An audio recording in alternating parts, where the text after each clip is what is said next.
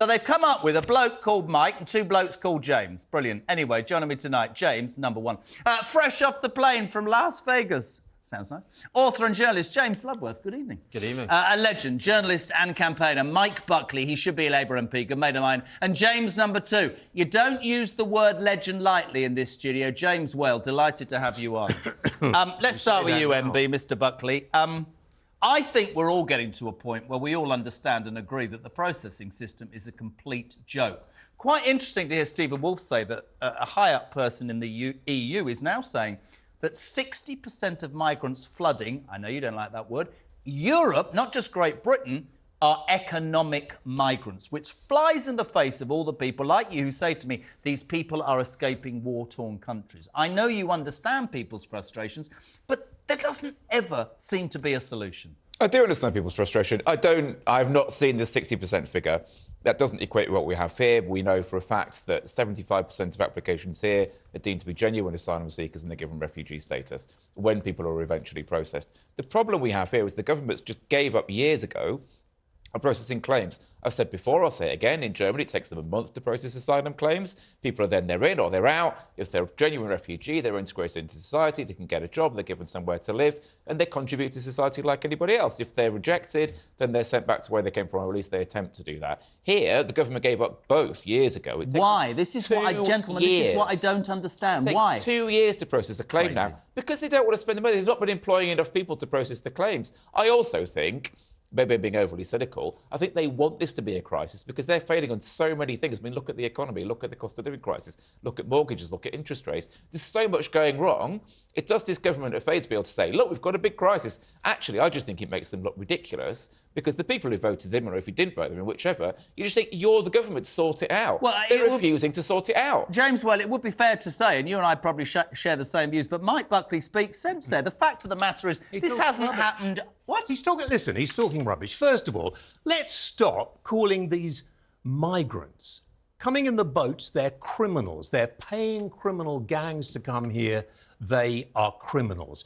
And charities like Care for Calais that come down and give them blankets and water, we don't need that. We don't need to show people, if you want to come to this country, fine, I've no problem with that at all. You come legally. And the government's problem is that the civil service refused to do what they're told to do by the politicians of the moment. I don't think the Labour Party be any better. I think all our politicians are too bloody weak, and I don't think they actually care one way or the other. But that takes MB's point, James, which James number one. Don't know, this is very confusing tonight. The fact of the matter is, I don't understand, whatever your political persuasion, why somebody hasn't gone 10 years ago, 5 years ago, 20 years ago. This ain't going away. This is going to be a major catastrophic problem. And by the way, you talk about money. He says it's got... We're paying £6 million a day for hotels or barges or whatever. But this is the short-term thinking on the part of the government. So since 10 years ago, they've cut 25% of the border force budget, for example. Why? Because this is what the same reason they've cut the police. So you have a burglar in, it's highly likely it won't be investigated anymore. It's short-term thinking. So we end up spending £6 million a day housing these people in hotels. And this barge, this is a gimmick. This is going to house what, 500 people capacity. Well, the backlog is 50,000. So what would you do? What would you do? Well, I would have. You have two ways to deal with this crisis. You can either treat everyone inhumanely, put them on barges, send them to Rwanda, whatever. Why is that inhumane? Why is it inhumane? Let me finish. Don't you speak to me. Let me finish.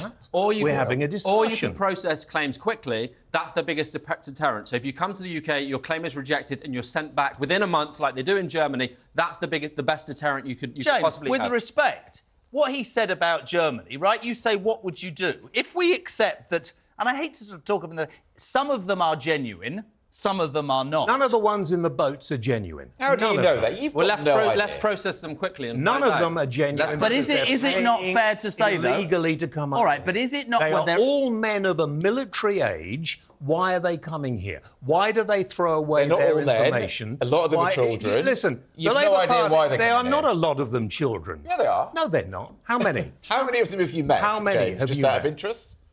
I don't need to meet them. I live where they're coming ashore. So you sit and watch them coming across and you check that they're all men of military race. All right, well, in that case, you're being what silly. You just, because you're a socialist, you're a Labour MP. I'm not a Labour MP. Aren't you? No. Thank goodness. But no, we're missing the point here. I don't think it's... None of the politicians are going to actually solve this problem. So with respect, James, it's not actually Labour, Liberal or Conservative. No. My question remains, if we are saying it is costing this much money, if we are saying people are hacked off in the middle of a cost of living crisis, if we're saying that actually this has been going on for years and years, we're actually saying about our elected representatives, whatever their political persuasion, that they've cut this and cut that.